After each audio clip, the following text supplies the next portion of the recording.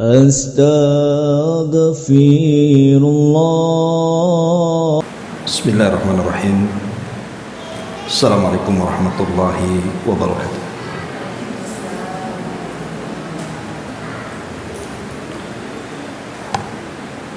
Bihamdillah wassalatu wassalamu ala rasulillah wa ala alihi wa sahbihi wa mawalah wa la hawla wa la quwwata illa billahi wa ba'd.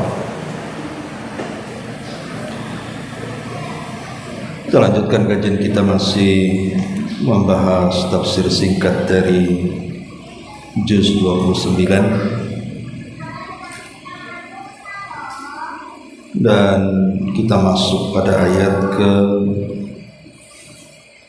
34 dan seterusnya. Allah Subhanahu wa taala berfirman, wailu yawma idzin lil mukadzibin hadza yawmu la yantiqun wa la yu'dzanu lahum faya'tadzirun.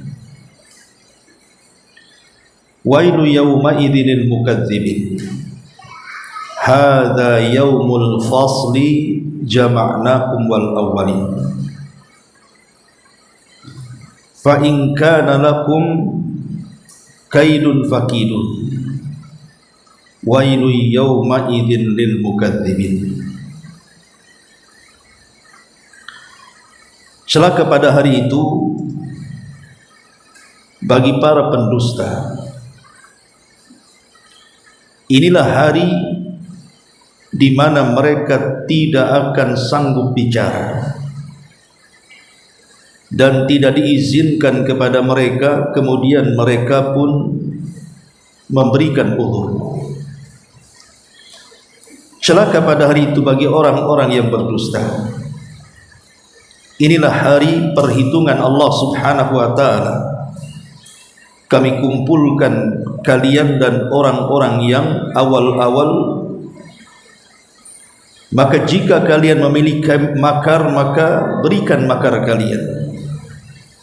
Celakalah pada hari itu bagi para pendusta. Ma'asyiral muslimat yang dimuliakan Allah Subhanahu wa taala. Ayat ini menjelaskan kepada kita tentang kengerian yaumul fasli wal qadha. Hari di mana Allah Subhanahu wa taala akan membuat perhitungan dengan kita. Kita jelaskan secara global dulu, baru kita rinci. Di sini Allah Subhanahu wa taala mengatakan hadza yaumun la yantiqun. Pada hari ini adalah hari di mana mereka tidak sanggup bicara. Tentu ada iskal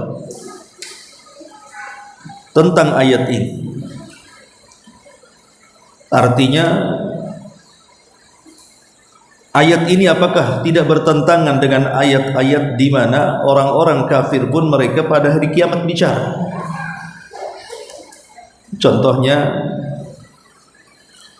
Allah Subhanahu wa taala berfirman dalam surah As-Sajdah ayat 12. Walau tara idil mujrimuna naqisu ru'usihim inda rabbihim rabbana absarna wa sami'na farji'na na'mal salihan inna muqinun. Dan alangkah ngerinya jika sekiranya kamu melihat ketika orang-orang yang melakukan dosa itu menundukkan kepalanya di hadapan Rabbnya dan berkata, wahai Rabb kami, kami telah melihatnya, kami telah mendengarnya, maka kembalikanlah kami ke dunia, maka kami akan mengerjakan amal saleh. Sesungguhnya kami adalah orang-orang yang yakin pada hari ini. Kapan ucapan ini diucapkan oleh orang-orang yang berdosa itu? Saat mereka melihat jahanam yang dibentangkan di hadapan mereka. Karena ketika di dunia hanya cerita saja, mereka tidak melihat mereka tidak mendengar bagaimana suara Jahannam, sehingga mereka tidak meyakininya. Tapi nanti pada hari kiamat Allah subhanahu wa ta'ala akan datangkan Jahannam dengan 70.000 tali kekang. Setiap tali kekang akan digeret 70.000 malaikat, dan itu akan disaksikan manusia. Disinilah orang-orang kafir atau orang-orang yang melakukan dosa mengatakan, Rabbana absarna wa sami'na. Ya Rabb, kami sekarang sudah melihatnya. Ya Rabb, kami sudah mendengarnya. Mendengar bagaimana gemuruhnya api Jahannam itu, sehingga mereka mengatakan, Ya Rabb, kami kembalikan kami ke dunia. Kami berjanji kami akan mengerjakan amal saleh, dan kami sekarang yakin. Berguna ucapan mereka? Tidak berguna. Bahkan di dalam ayat yang lain Allah subhanahu wa ta'ala juga berfirman dalam surah Fatir 37, Allah mengatakan, wahum yastarihuna fiha, dan mereka berteriak-teriak di dalam Jahannam. Mereka tidak sanggup dengan kengerian dan apa yang mereka rasakan di dalam Jahannam itu, sehingga mereka mengatakan, Rabbana akhrijna na'mal salihan ghairal ladzi kunna na'mal. Ya Rabb, kami keluarkan kami dari neraka ini. Kami akan melakukan amal saleh yang berbeda dengan yang kami telah kerjakan dahulu. Tapi Allah subhanahu wa ta'ala bantah dan mengatakan, awalam nu'ammirkum ma yatadzakkaru fihi man tadzakkar. Bukankah dulu kami telah berikan usia panjang kepada kalian? Kemanakan usia itu? Artinya di sini orang-orang kafir berbicara. Kenapa Allah mengatakan hadza yaumul la yantikun? Pada hari ini mereka tidak diizinkan bicara. Bahkan dalam surah Al-Mu'minun ayat 106 sampai 108 Allah mengatakan, qalu Rabbana ghalabat alaina shikwatuna wa kunna qauman zalim. Rabbana akhrijna minha fa in udna fa inna zalimun. Qala ikhsa'u fiha wa la tukallimun. Mereka orang-orang kafir menjawab, wahai Rabb kami telah dikalahkan oleh sebab-sebab kecelakaan kami di dunia. Dengan sebab itu kami menjadi kaum yang tersesat. Ya Rabb, kami keluarkan kami dari neraka, serta kembalikan kami ke dunia. Setelah itu kami kembali lagi akan mengerjakan kekufuran. Maka sungguh kalau itu yang terjadi, kami termasuk orang yang zalim.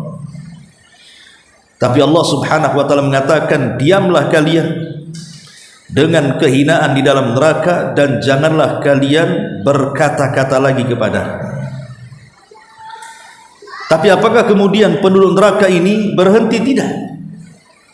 Ketika Allah subhanahu wa ta'ala kemudian meminta kepada mereka untuk tidak bicara, ketika penduduk neraka meminta agar mereka dikembalikan ke dunia untuk beramal saleh, tapi Allah subhanahu wa ta'ala mengatakan, ikhsafu fiha, diam kalian, jangan bicara lagi kepada. Akhirnya kemudian mereka datang kepada malaikat-malaikat penjaga neraka, datang kepada malaikat Malik yang disebutkan dalam surah Zukhruf ayat 77. Wa nadu ya Malik liyaqdiya alaina rabbuk. Wahai Malik, maksudnya malaikat penjaga neraka, biarlah Rabbmu membunuh kami saja. Kami sudah tidak sanggup lagi dengan azab ini. Matikan kami saja, jangan seperti ini. Karena Allah sudah menolak masalahnya permintaan mereka untuk kembali ke dunia, dan Allah mengatakan ikhsa'u fiha, diam kalian.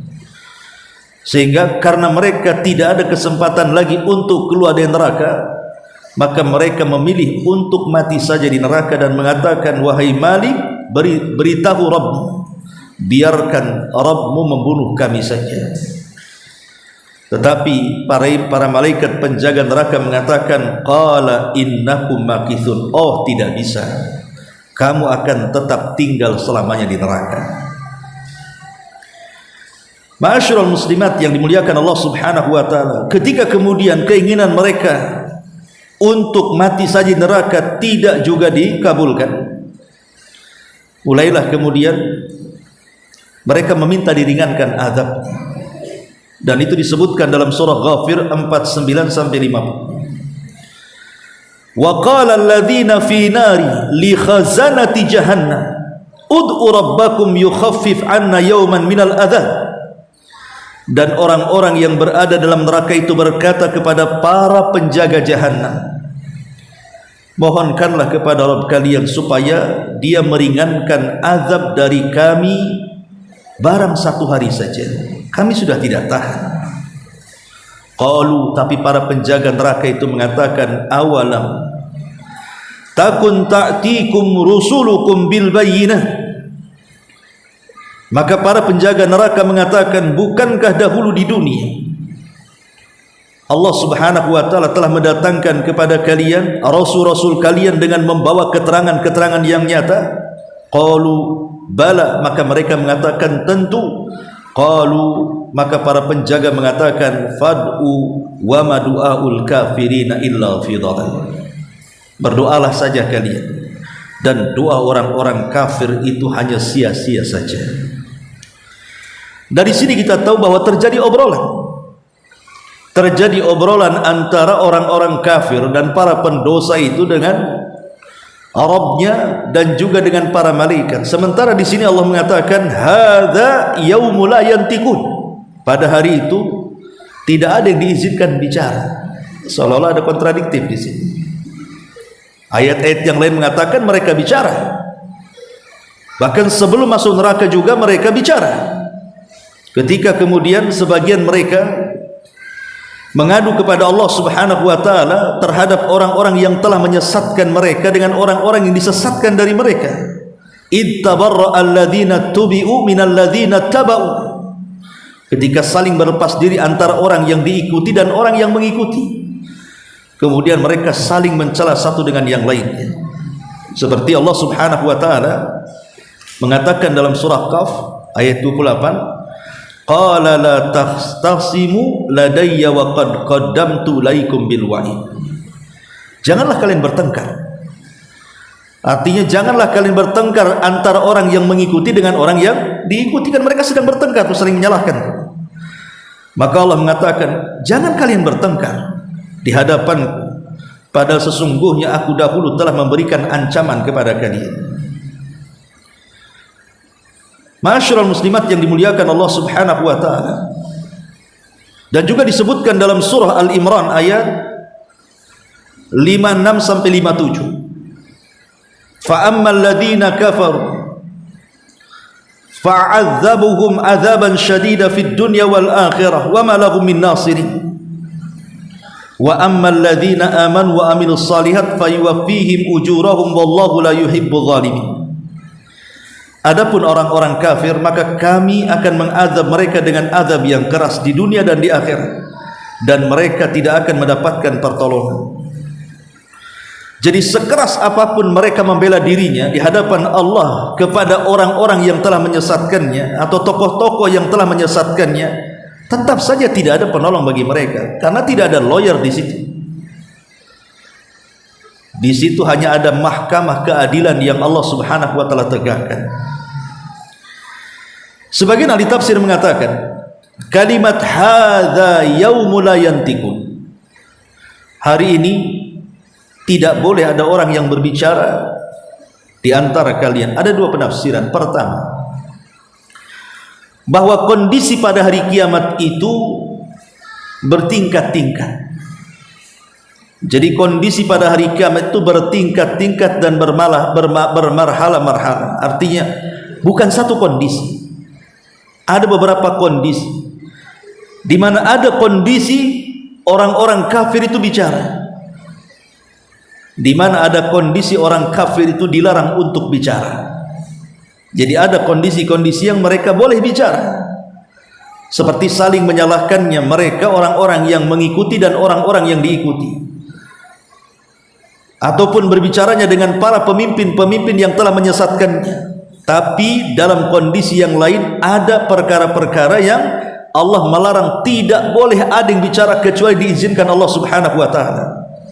Sebagaimana Allah Subhanahu wa taala mengatakan dalam surah An-Naba itu, la yatakallamuna illa man adina lahur rahman.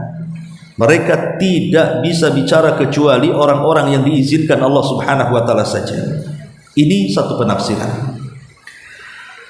Penafsiran yang kedua, mereka bicara, tetapi bicara mereka tanpa hujah. Karena di sini Allah menyebutkan dengan kalimat la yantiqun, bukan la yatakallamun, karena kalam dengan mantik itu berbeda. Kalau kalam itu ya bicara biasa, tapi kalau mantik, makanya ada istilah ilmu mantik, ilmu bicara, di mana orang yang pandai bermantik itu biasanya berbobot ucapannya karena ada hujah di belakangnya.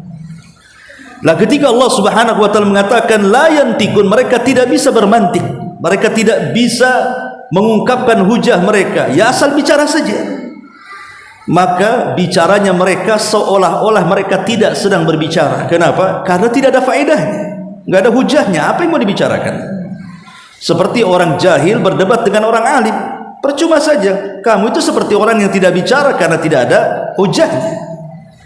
Jadi mereka bicara tapi pembicaraan mereka tidak ada hujah. Kenapa? Karena di dunia Allah sudah datangkan hujah kepada mereka.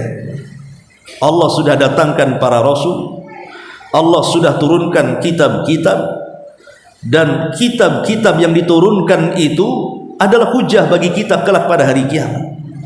Tetapi ketika di dunia kemudian mereka mengingkari rasul yang diutus kepada mereka dan mengingkari kitab-kitab yang diturunkan kepada mereka, maka mereka sudah tidak punya hujah pada hari kiamat. Makanya mereka tidak sanggup bermantik lagi, tidak sanggup bicara lagi. Mereka bicara tapi tidak berbobot, maka bicaranya seperti yang tidak sedang bicara. Itu penafsiran yang banyak ditafsirkan para ulama, hadza yaumul la yantikun. Kemudian Allah Subhanahu wa taala mengatakan wala yu'dzanu lahum faya'tadzirun. Dan pada hari itu mereka tidak diizinkan untuk mengemukakan uzur-uzur mereka. Sekalipun mereka meminta uzur kepada Allah Subhanahu wa taala, tidak ada guna uzur mereka. Karena Allah Subhanahu wa taala juga sudah mengatakan bagaimana uzur-uzur mereka itu ditolak oleh Allah Subhanahu wa taala. Yauma la yanfa'u ma'dziratuhum, pada hari di mana tidak bermanfaat minta uzur mereka di akhirat. Di dunia bisa saja mungkin dimaafkan, tapi di akhirat tidak bisa uzur-uzur itu. Mungkin dia mengatakan dulu aku salah karena tidak belajar, tidak bisa. Mungkin dia mengatakan dulu aku disesatkan, oh tidak bisa. Jadi tidak bisa alasan apapun di hadapan Allah Subhanahu wa taala pada hari kiamat itu, karena sudah ditegakkan hujah masalahnya. Sudah ditegakkan hujah kepada kita di dunia. Kenapa di dunia tidak mengikuti Nabi, tidak mengikuti Al-Quran, atau mungkin kepada umat sebelumnya? Kenapa tidak mengikuti Musa dan juga Injilnya? Kenapa tidak mengikuti Daud dan juga Zaburnya? Kenapa tidak mengikuti Musa dan Tauratnya? Dan begitu seterusnya. Jadi pada hari kiamat sudah tidak bisa lagi meminta uzur mereka. Itulah makna wala yu'dzanu lahum faya'tadzirun. Kemudian Allah Subhanahu wa taala mengatakan wailun yauma idzil mukadzibin. Pada hari itu celaka bagi orang-orang yang berdusta. Hadza yaumul fasli. Inilah hari perhitungan Allah Subhanahu wa taala kepada kita. Jama'nakum wal awwalin, kami kumpulkan kalian bersama orang-orang yang awal. Artinya orang yang awal dan akhir akan dikumpulkan di padang mahsyar. Kemudian terjadi faslul qadha. Bagaimana Allah Subhanahu wa taala membuat perhitungan kepada manusia satu per satu, dan itu keadilan Allah Subhanahu wa taala. Maka di situ Allah Subhanahu wa taala ketika mengumpulkan manusia, Allah menantang, fa in kana lakum kaidun fakidun. Di dunia kalian bisa makar, membuat makar. Lihat bagaimana Nabi SAW dicelakakan dengan makarnya orang-orang Yahudi, dengan makarnya orang-orang musyrikun. Di dunia kalian bisa membuat makar. Kalau kalian memiliki makar, kata Allah pada hari kiamat, Allah bicara dengan manusia di hadapan manusia di padang mahsyar, kalau sekarang kalian punya makar, lakukan makar kalian. Silakan kalian membuat makar. Dan mereka tidak sanggup melakukan makar itu, karena masing-masing manusia pada hari kiamat itu mereka ketakutan macam mana akan berkumpul kemudian membuat makar. Dan itu menunjukkan kemahakuasaan Allah Subhanahu wa ta'ala, bahwa Allah itu Al-Qahir, zat yang mampu untuk menghukum siapapun pada hari kiamat. Masyarul muslimat yang dimuliakan Allah Subhanahu wa ta'ala, baik sedikit gambaran tentang faslul qadha, tentang perhitungan Allah Subhanahu wa ta'ala. Ketika manusia pada hari kiamat, tentunya pada tiupan sangkakala yang pertama, maka manusia dibangkitkan dalam kondisi tanpa beralas kaki, tanpa berpakaian, dan kembali tidak dikhitan. Jadi potongan-potongan daging ketika dipotong pada kemaluan laki-laki atau perempuan itu akan dikembalikan. Untuk apa? Menunjukkan detailnya perhitungan. Tidak boleh ada satupun dari badan kita yang terlewatkan. Makanya dikembalikan semuanya. Nah, disitulah Nabi SAW mengatakan, yuhsyarun nas yaumal qiyamah khufatan uratan ghurlan. Pada hari kiamat manusia akan dibangkitkan dalam posisi telanjang, kembali tidak dikhitan, kembali tidak menggunakan sandal, dan tidak ada satupun harta yang ada di badan. Telanjang bulan. Disitulah Allah Subhanahu wa ta'ala akan membangkitkan manusia sesuai dengan kematian. Jadi manusia itu akan dibangkitkan sesuai dengan kematian.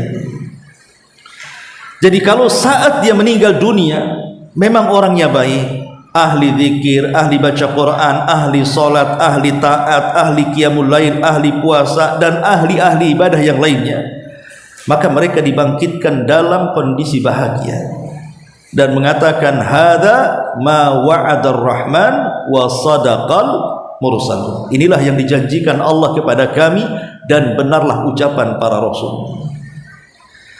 Tapi di sisi lain ada orang-orang yang saat kematiannya mungkin dia ahli maksiat, seorang pezina, peminum khamr, penjudi, seorang yang kufur, musyrik, dan yang semacamnya. Maka saat kebangkitannya mereka akan mencela diri-diri mereka dan mengatakan, ya wailana man ba'atsana min marqadina hadza. Celaka kami, siapa yang membangkitkan kami dari tidur-tidur kami? Jadi di sini ada dua kelompok, ada yang dibangkitkan sangat bahagia, dan ada kelompok yang saat dibangkitkan sangat celaka. Itulah manusia, yub'atsun nas ala ma mata alaihi. Manusia dibangkitkan sesuai dengan kematiannya. Ketika manusia kemudian dibangkitkan oleh Allah Subhanahu wa ta'ala, kemudian dikumpulkan di padang mahsyar, di situ terlihat dua kelompok ini, di mana Allah Subhanahu wa ta'ala membagi manusia sesuai dengan amalannya. Tiba-tiba kemudian datang naungan dari langit, naungan yang akan menaungi kepala mereka dari teriknya matahari yang sangat panas sekali. Kemudian Allah Subhanahu wa ta'ala akan memanggil, siapa di antara kalian yang di dunia menjadi pemimpin-pemimpin yang adil, keluar. Tempat kalian di situ, maksudnya di bawah naungan tadi. Maka manusia dari mana-mana datang, para pemimpin yang adil, kemudian akan berdiri di bawah naungan yang tidak ada naungan pada hari itu kecuali naungan arsy Allah Subhanahu wa ta'ala. Kemudian Allah panggil lagi, siapa di antara kalian yang di dunia suka bersedekah dan tidak terang-terangan, hanya tahu dia dengan Allah saja, kemari. Maka keluar lagi, kemudian menyatu di situ.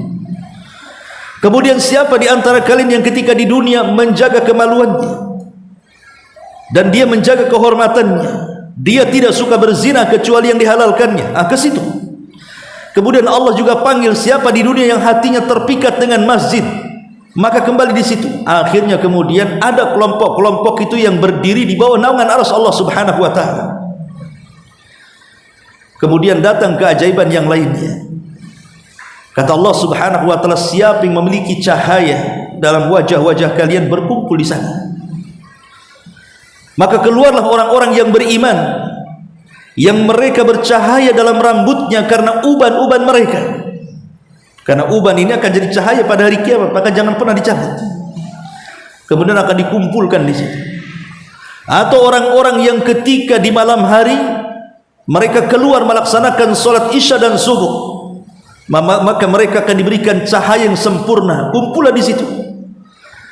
Atau orang-orang yang mencintai karena Allah, dia berkumpul karena Allah, dia benci karena Allah. Kemudian orang-orang yang bercahaya itu juga dikumpulkan, termasuk orang-orang yang menjaga wudunya, maka keluar dari anggota badan wudunya cahaya, kemudian di situ dikumpulkan di situ. Jadi sudah terjadi keajaiban, amalan-amalan kita itu akan tampak pada hari kiamat. Tapi di sisi lain ada hal yang mengerikan, karena ada orang-orang yang dibangkitkan tiba-tiba buta. Di tengah-tengah manusia melihat dia pula buta sendiri, padahal di dunia dia tidak buta. Itulah orang-orang yang ketika di dunia melupakan Allah Subhanahu wa taala, sehingga dia mengatakan, Rabbi lima hasyartani a'ma wa qad kuntu basira. Ya Rabb, kenapa kau bangkitkan kami dalam kondisi buta? Dulu di dunia kami melihat. Maka Allah Subhanahu wa taala katakan, begitulah aku jadikan kalian demikian, karena di dunia kalian melupakan aku, sekarang aku yang melupakan kalian. Kemudian muncul lagi orang-orang yang dikecilkan badannya, bahkan seperti seekor semut di tengah-tengah manusia yang besar-besar. Mereka lah orang-orang yang sombong ketika di dunia. Allah katakan, kumpullah kalian di situ. Maka orang-orang kecil ini seperti semut akan berkumpul di situ. Itulah Nabi SAW katakan, yuhsyarun nas al-mutakabbiruna yawmal qiyamah amthali dzar. Allah akan kumpulkan orang-orang yang sombong pada hari kiamat seperti seekor semut. Ada lagi orang-orang yang kemudian dibentuk oleh Allah Subhanahu wa taala.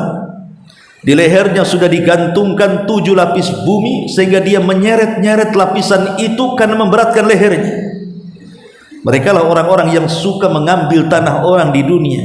Mungkin sejengkal, 2 jengkal, sekapling, 2 kapling, sehektar, 2 hektar. Makin banyak tanah yang diambil dan itu bukan miliknya, makin berat kalung yang ada di lehernya. Na'udzubillah. Ada juga kemudian orang-orang yang dililit ular-ular yang sangat besar sekali. Tiba-tiba datang ular besar, kemudian dililit sama ular tersebut, kemudian dimakan orang itu. Siapa mereka? Orang-orang yang ketika di dunia tidak pernah mengeluarkan zakatnya. Alladzina yaknizuna adh-dhahaba wal fiddah wa la yunfikunaha ila akhiril ayat. Orang-orang yang mereka menyembunyikan emas, perak ataupun barang-barang yang lainnya yang harusnya dizakatkan, dia tidak zakatkan.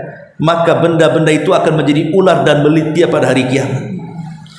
Jadi kondisinya ini menyeramkan sekali. Itulah orang-orang yang ada di padang mahsyar. Kemudian mereka harus berdiri di padang mahsyar dengan waktu yang lama, matahari didekatkan 1 mil. Disitulah kita lihat ada orang-orang yang tenggelam dalam keringatnya, seolah-olah dia berenang di kolam renang, tertimbun dengan keringatnya. Ada yang keringatnya ya sedada, ada yang keringatnya selutut, ada yang keringatnya semata kaki, dan ada yang sama sekali kering, tidak ada keringat. Tentu ini disesuaikan dengan amalan-amalan ketika di dunia. Lah ketika manusia kemudian mereka berkumpul di padang mahsyar, maka disitulah manusia merasa nasib mereka tidak tentu. Apa yang akan terjadi setelahnya? Mulailah kemudian mereka pun datang kepada para nabi yang mereka berkumpul semua di situ. Kan mereka berkumpul semuanya. Di situ ada para nabi, ada para rasul. Maka mulailah kemudian mereka mendatangi Adam alaihi salatu wassalam yang merupakan Abul Bashar.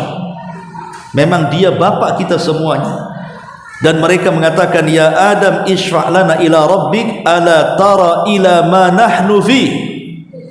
Wahai Adam, mintakan syafaat, pertolongan kepada Rabb. Tidakkah kau iba melihat kami? Maka Adam mengatakan, nafsi, nafsi, urus kalian saja, aku tidak bisa. Kemudian mereka mulai melirik Nabi Nuh. Nuh juga sama, tidak sanggup berikan syafaat. Kemudian mereka melirik kepada Ibrahim. Ibrahim pun sama mengatakan, nafsi, urus kalian. Kemudian mereka datang kepada Musa. Musa pun sama, datang kepada Isa. Isa pun sama, tapi Isa mengarahkan, datanglah kepada Muhammad. Maka semua manusia mendatangi Rasul kita Muhammad sallallahu alaihi wasallam dan mengatakan, ya Muhammad, isfa' lana ila rabbik, mintakan syafaat untuk kami kepada Rabb. Ala tara ila ma nahnu fi, tidakkah kau ibu melihat kami? Maka Rasul mengatakan, ana laha, akan ku coba. Kemudian dia mendatangi Allah subhanahu wa ta'ala di bawah arasy-Nya, kemudian sujud dengan sujud yang lama, kemudian diilhamkan dengan doa-doa agar Allah subhanahu wa ta'ala mengabulkan permintaannya. Setelah lama Rasul bersujud, maka Allah pun datang dan mendatangi Rasul dan mengatakan, irfa raksaka ya Muhammad, sal tu'ta, qul tusma, isfa' tusyaffa. Bangkit wahai Muhammad, angkat kepala, katakan kau didengar, minta kau diberi, mintalah syafaat, aku akan beri kau syafaat. Maka akhirnya Nabi SAW pun memberikan syafaat kepada seluruh manusia. Itulah yang disebut dengan syafaatul uzma. Setelah terjadi syafaat inilah, barulah kemudian manusia akan menghadapi peradilan yang sangat adil sekali. Tidak ada satupun kebaikan sebiji dzarrah kecuali ada keadilannya di situ, dan tidak ada kejahatan walaupun sebiji dzarrah kecuali ada keadilannya di situ. Itulah yang disebut dengan faslul qadha. Hadza yaumul fasli jama'nakum wal awwalin. Inilah yang dimaksud ayat ini. Hadza yaumul fasli jama'nakum wal awwalin. Inilah hari perhitungan kalian. Kami kumpulkan kalian beserta orang-orang yang awal-awal. Tidak ada satu manusia kecuali dapat keadilannya di situ. Di dunia boleh jadi orang-orang yang melakukan kezaliman dia selamat dari kezaliman, sehingga orang-orang yang dizalimi dia tidak mendapatkan keadilan. Ada yang dirampas hartanya tidak kembali, ada yang dirampas jiwanya tidak ada yang membalaskannya, ada yang menzalimi tidak ada yang membalas kezalimannya. Itu di dunia. Tapi di akhirat semua akan dimunculkan kezaliman-kezaliman dan akan terjadi faslul qadha, perhitungan yang sangat-sangat detail sekali. Masyarul muslimat yang dimuliakan Allah subhanahu wa ta'ala, dari mana kita mulai faslul qadha ini? Ketika manusia dikumpulkan di padang mahsyar, maka Allah subhanahu wa ta'ala akan datangkan seluruh binatang yang pernah hidup di dunia, dan mereka menyaksikan. Kemudian terjadi hisab kepada binatang-binatang, baik yang buas ataupun yang jinak, baik yang besar ataupun yang kecil.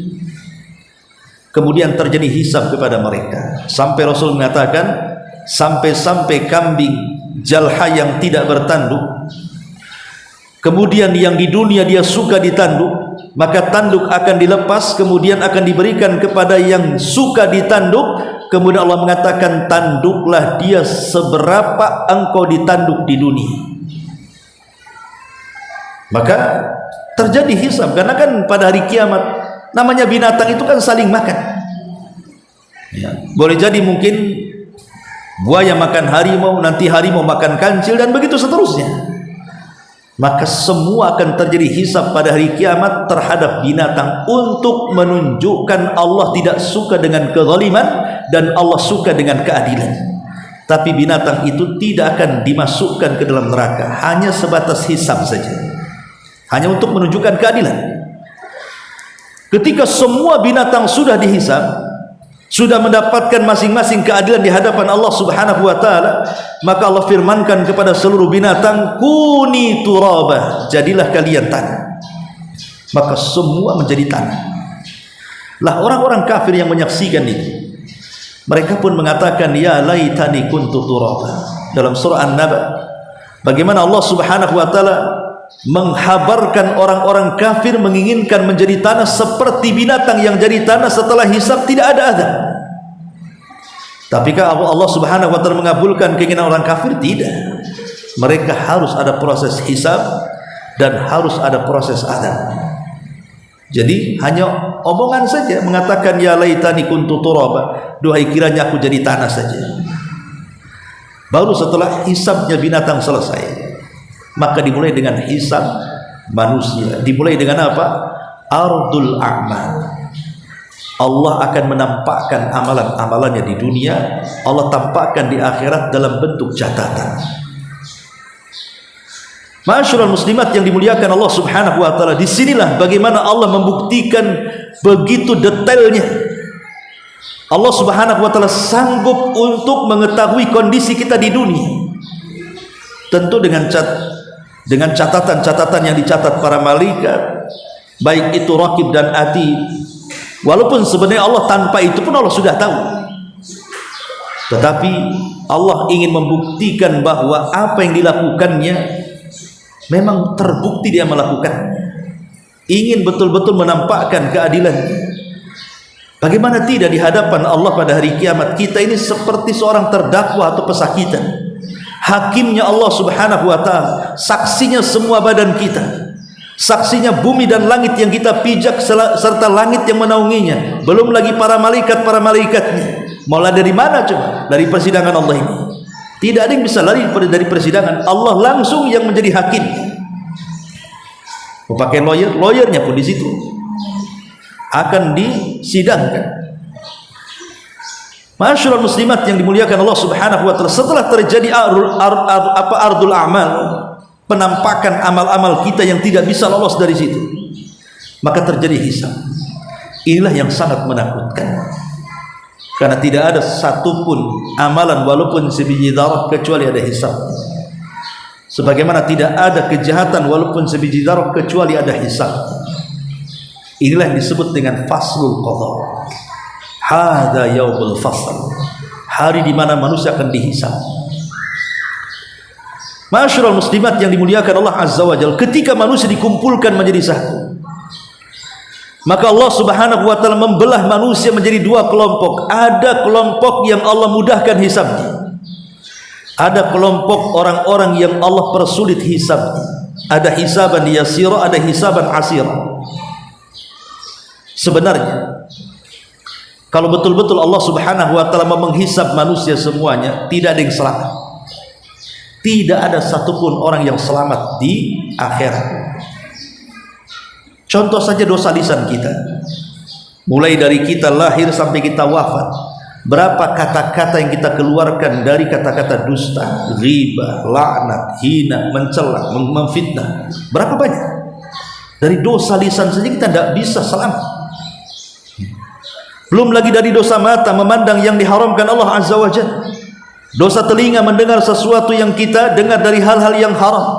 Melangkahkan kaki ke tempat-tempat haram. Tidak ada yang bisa selamat sebenarnya. Kalau seandainya Allah mau detail hisab manusia semuanya, tidak ada namanya hisab mudah itu, semua hisab sulit.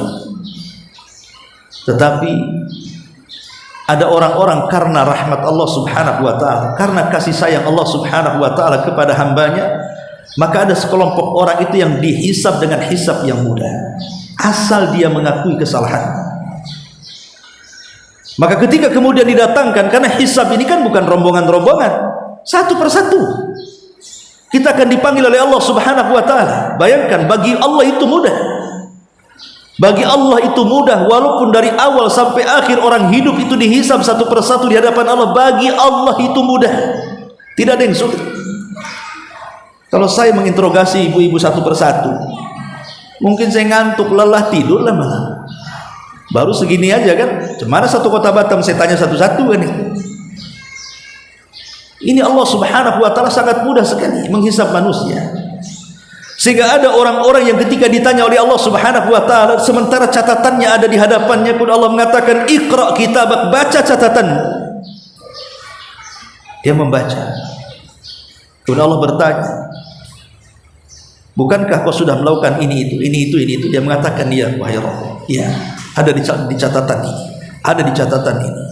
Dia mengakui semuanya. Harusnya orang seperti ini tidak layak diampuni karena terlampau banyak dosanya.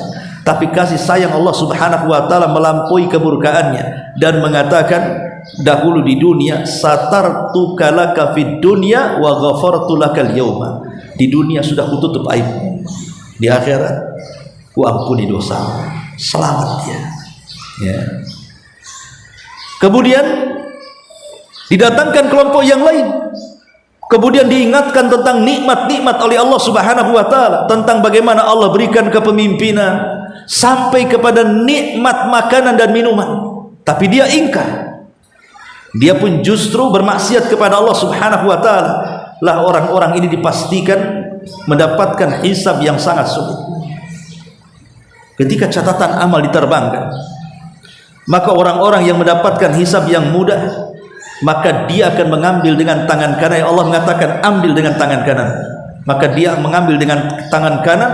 Dengan sangat bahagianya dia mengatakan ha umuqra'u kitabiyah, baca catatan, dengan bangganya karena dia tahu catatannya baik, ya.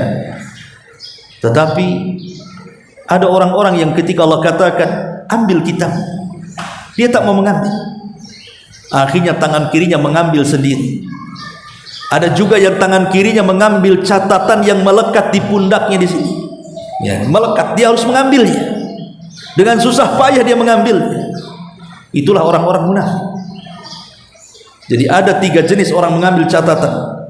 Ada orang-orang mukmin mengambil catatan dengan tangan kanan, orang-orang kafir mengambil catatan dengan tangan kiri, dan orang munafik lebih berat lagi. Kesulitan dia mengambil catatannya karena dilengketkan di punggungnya. Dia harus mengambilnya bagaimanapun caranya. Lah ketika sudah masing-masing mendapatkan catatan, mulailah terjadi yang disebut dengan al-mizan, timbangan. Timbangan ini adalah bentuk keadilan Allah. Fa amma man thaqulat mawazin, barang siapa yang berat timbangan kebaikannya, fa huwa fi isyatir radiyah, maka dia akan mendapatkan kehidupan yang diridhoi Allah.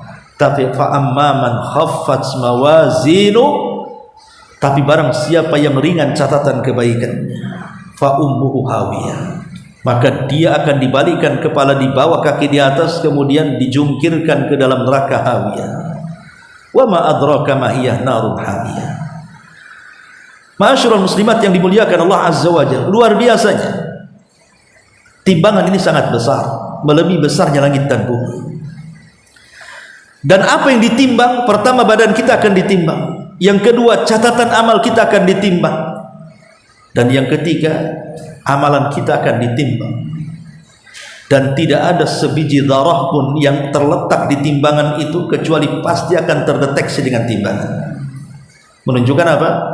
Menunjukkan detailnya timbangan itu untuk menunjukkan keadilan. Jadi walaupun kecil sebiji darah, hatta kulit ari dalam biji kurma sekalipun, yang di dunia itu mungkin tidak ada gramnya, saking ringannya. Jangan cerita on kilo, gramnya pun tidak terdeteksi dalam timbangan gram itu. Itu saja terdeteksi dalam timbangan di hadapan Allah Subhanahu wa taala. Dari sini Allah mengatakan faman ya'mal mithqala dzarratin khairan yara wa man ya'mal mithqala dzarratin syarran yara. Jadi semua akan ditimbang.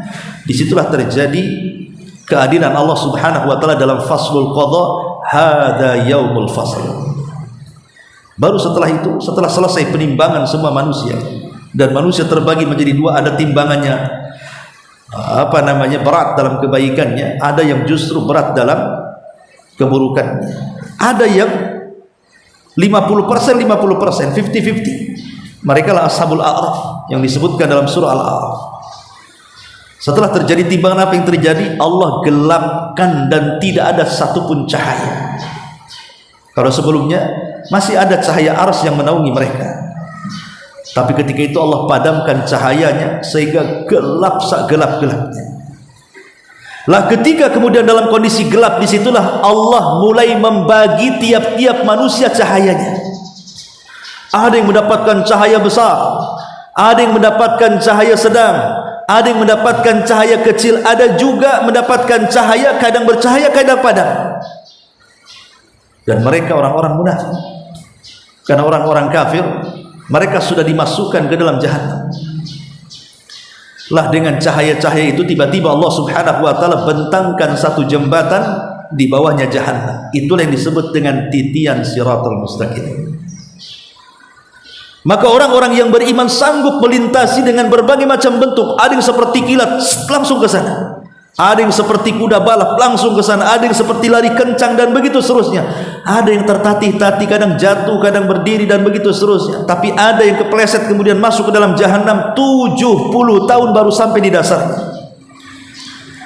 Ketika orang-orang munafik cahaya mereka padam, mereka mengatakan, "Unzuruna naktabis min nurikum." Tunggulah kami, biar kami mengikuti cahaya. Tapi orang-orang yang beriman sudah tahu mereka hendak menipunya. Ya, di dunia orang-orang munafik bisa saja menipu orang-orang yang beriman, tapi di akhirat tipu daya mereka akan dibalik kepada mereka sendiri. Kata orang yang beriman, kembalilah ke belakang, maka engkau akan mendapatkan cahaya. Padahal tidak ada cahaya. Akhirnya kemudian setelah dia balik ke belakang, rupanya ada pintu, ada tembok yang menghalangi mereka. Tembok ini kalau yang sebelah sini rahmat bagi orang-orang yang beriman, sebelah sini yang azab bagi orang-orang kafir. Disangkanya pintu tembok itu rahmat, ketika dibuka rupanya azab, masuk mereka ke dalam Jahannam. Masyarul muslimat yang dimuliakan Allah Azza wa Jalla, baru setelah mereka melintasi titian sirat itu, mereka akan kumpul di sebuah tempat namanya Qantar. Qantar itu ujung daripada sirat, titian. Di situ terjadi kisos, tetapi kisos hanya antar orang-orang yang selamat dari titian, dan tidak ada yang selamat kecuali orang-orang yang beriman. Terjadi kisos dua kali. Kalau sebelum titian, kisosnya antar orang kafir dengan orang kafir, atau orang yang beriman dengan orang kafir, atau antar manusia dengan binatang, atau antar binatang dengan binatang. Tapi ketika setelah melihat murur, artinya lewat di titian, maka kisos ini hanya terjadi kepada orang-orang yang beriman saja. Disinilah nampak keajaiban keadilan Allah. Kita kenal hadis muflis, hadis bangkrut. Ketika Rasul mengatakan, atadruna mal muflisu hadir ummah, tahukah kalian tentang orang-orang yang bangkrut pada hari kiamat? Itulah orang-orang yang sudah meniti titian, membawa pahala solat, membawa pahala haji, pahala macam-macam dia bawa, sehingga dia bisa melintasi titian.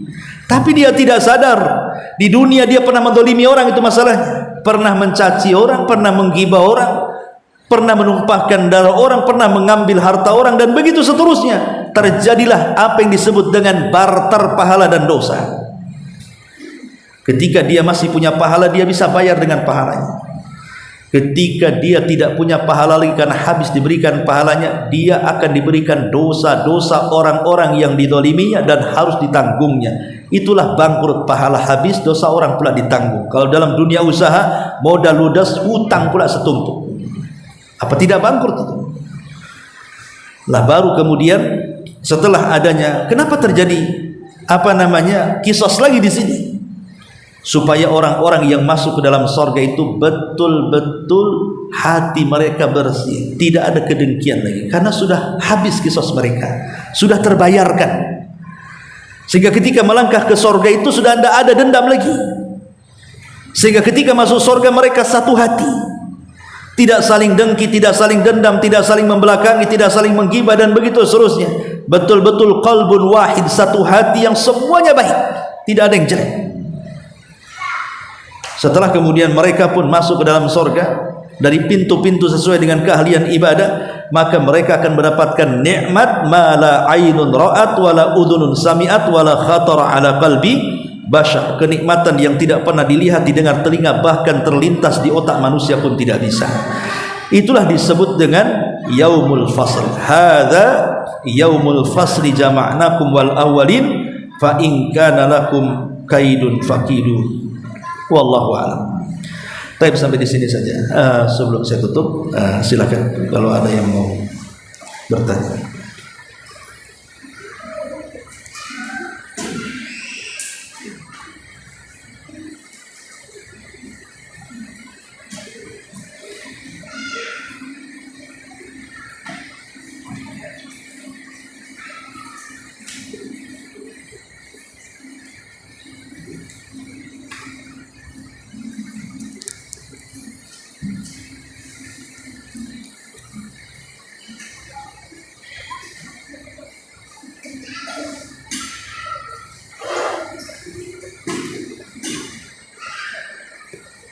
Tidak ada.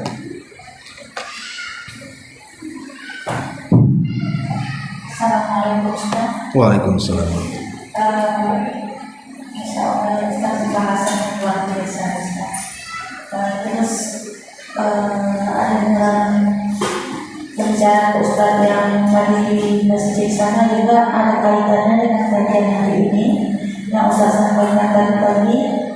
Ada satu manusia yang dia beramal cukup banyak sehingga amal itu akan membawa ke dalam kebaikan. Tapi hanya satu kata ucapan yang dibanggakan dari orang tersebut membuat dia masuk ke dalam neraka jahanam. Yang Anda tanyakan di sini Ustaz, ketika seseorang berbicara terkadang tanpa dia sadari hal itu terjadi Ustaz. Namun apakah pembicaraan Ustaz tadi orang yang berbicara ini tidak sempat bertobat sehingga Allah menjerumuskan dia ke neraka Ustaz? Sementara di belakang kehidupan dia itu semuanya baik, istilahnya saya katakan dia ke dalam ahli surga. Iya. Ya, alhamdulillah pembahasan tadi pagi kita bicara tentang orang gila yang paling gila. Orang gila itu sudah gila, tapi ada orang yang gila bukan karena dia gila, dia lebih gila daripada orang gila. Salah satunya adalah al-ghadban, orang yang suka menumpahkan amarah. Al-ghadban, orang yang suka pokoknya marah sedikit ditumpahkan, marah sedikit tumpahkan. Dia tidak mau memendam amarah itu. Padahal orang yang memendam amarah itu adalah akhlaknya seorang muslim. Karena amarah yang ditumpahkan itu, inilah kenapa orang itu dikatakan segila-gilanya orang gila. Karena orang gila saja tidak akan melakukan. Orang yang lagi amarah itu bisa apa saja dilakukan. Membunuh pun bisa. Lihat orang marah itu, bunuh orang senang saja. Terkadang mengeluarkan kata-kata di luar akal dia. Sebenarnya dia orang baik, tapi ketika dia marah kayak orang jahat jadinya. Hilang akalnya, hilang kecerdasannya kan. Lah ada orang-orang yang ketika itu yang suka tidak menahan amarahnya sehingga mengeluarkan kata-kata yang tidak pantas, akhirnya keluarlah kata-kata yang membuat Allah murka. Maka Rasul katakan, wa innal abda la yatakallam bil kalimati la yulqi laha balan min sakhatillahi yalqa biha ilan nar. Ada orang yang bicara satu kalimat tapi kalimat itu membuat Allah murka. Mungkin kalimatnya mengandung kesyirikan, atau mungkin kalimatnya mengandung bid'ah, atau mungkin kalimatnya mengandung kesesatan dengan mengatakan semua agama sama, manusia itu bebas memilih agama. Itu kan kalimat ringan diucap, tapi dia tidak sadar itu kalimat kufur. Lah sesuatu dosa yang diancam dengan neraka di dunia berarti dosa itu besar, dan ancaman itu selama dia meninggal tidak dalam kondisi kafir atau musyrik, maka ancaman itu bisa terjadi, bisa tidak terjadi, karena ancaman itu dibawa kehendak Allah. Ya memang dosa ini terancam masuk neraka, tapi dosa ini kan bukan dosa kesyirikan, bukan dosa yang kalau mati dia keluar dari Islam. Dia tetap dalam Islam tapi melakukan dosa yang terancam dengan neraka. Contoh dosa memakan harta anak yatim, dosa namanya mabuk, zina dan begitu seterusnya. Itu kan dosa semua di bawah kehendak Allah. Termasuk bicara, kalau pembicaraannya tidak menjadikan dia keluar dari Islam, hanya cacian, makian, gibahan gitu saja, tapi tidak keluar dari Islam, dia tidak keluar dari kesyirikan, dan dia mati sebelum bertobat, maka dosa-dosa seperti itu di bawah kehendak Allah. Kalau Allah mau, Allah azab dia dengan lisannya. Tapi kalau Allah tidak mau, Allah ampuni dengan amalan-amalan baik yang lainnya. Setelah dipertimbangkan, rupanya ada amalan yang lainnya yang bisa menyelamatkan dosanya. Jadi tidak semua dosa yang mengancam neraka harus masuk neraka, enggak. Namanya ancaman. Ancaman itu kalau seperti saya ngancam ibu, awas, kalau ibu macam-macam saya nggak bayar utangnya. Nah, bisa bayar bisa tidak kan? Bisa saya bayar, bisa juga enggak. Tiba-tiba baik hati pula saya kasih bayar loh. Kemarin Ustaz bilang nggak akan bayar, sekarang bayar. Lagi baik hati saya.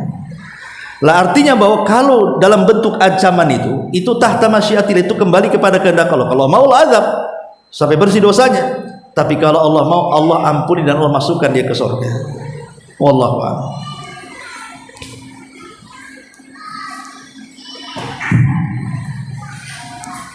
Tadi pembahasan yang terakhir jabatan Ishak yang pertama dimulai dengan binatang ya Ustaz, lalu manusia.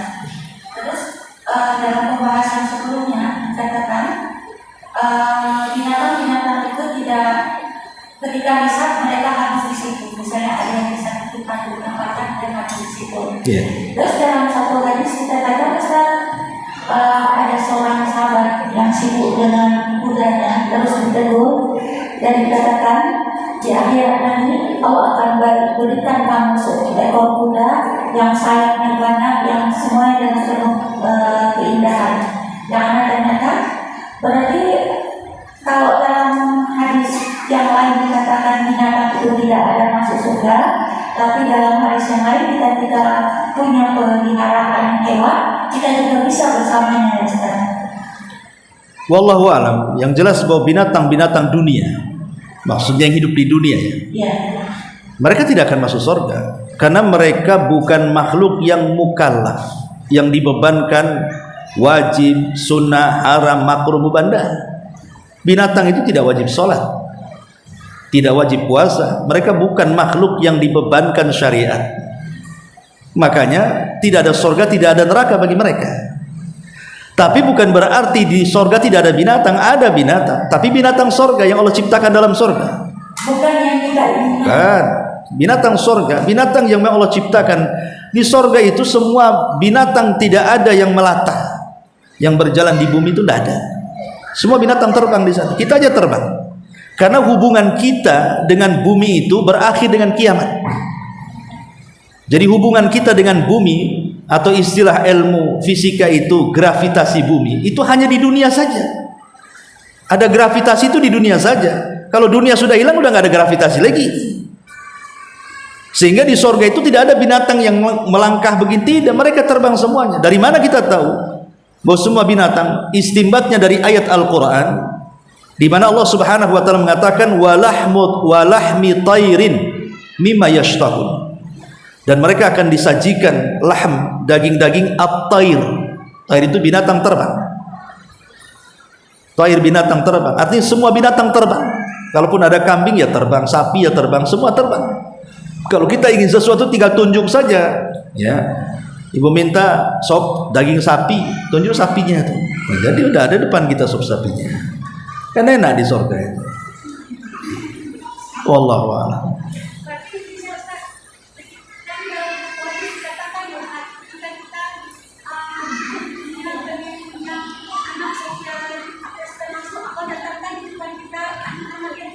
Ada riwayat yang mengatakan, dia mengatakan, ya Rabb, saya ingin punya anak.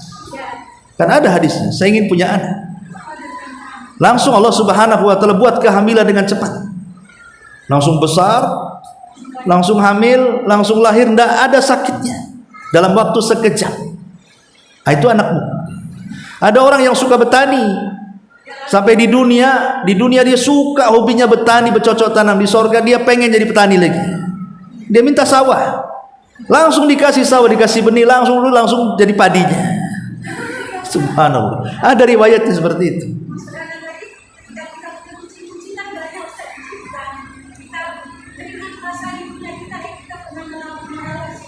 Semua terjadi. Jadi kawan-kawan kita yang masuk ke dalam surga, kalaupun Allah takdirkan kita masuk surga, amin, mudah-mudahan kita masuk surga. Jadi semua apa nostalgia di dunia itu, semua kegiatan kita, hobi kita, di surga kita bisa lakukan hobi-hobi itu. Ya tentu ya dalam kondisi di surga jauh lebih indah lagi hobinya dibandingkan di dunia. Tapi makanya kalau hobi petani dikasih sawah, tapi sawahnya kan sawah surga, bukan sawah dunia kan. Artinya kalau sawah di dunia kan melelahkan. Gimana tidak lelah? Nyangkul dulu, nanti ngaliri dulu, berpeluh-peluh, jaga burungnya jangan sampai macam-macam, diselelah. Di sana tidak ada lelahnya. Ya hobi tapi tidak ada kelelahan. Di surga itu semua senang. Ya, intinya bahwa apa yang kita hobikan di dunia bisa Allah kabulkan di akhirat. Karena riwayat seperti itu. Wallahu a'lam. Ya. Bismillah, Ustaz. Iya, silakan. Ini masalah tentang ritual, Ustaz. Alhamdulillah kita mendapatkan berupa bantuan dari pemerintah itu, Ustaz. Iya. Jadi kita kelola badan. Jadi kita memiliki organisasi yang mengelola setiap lembaga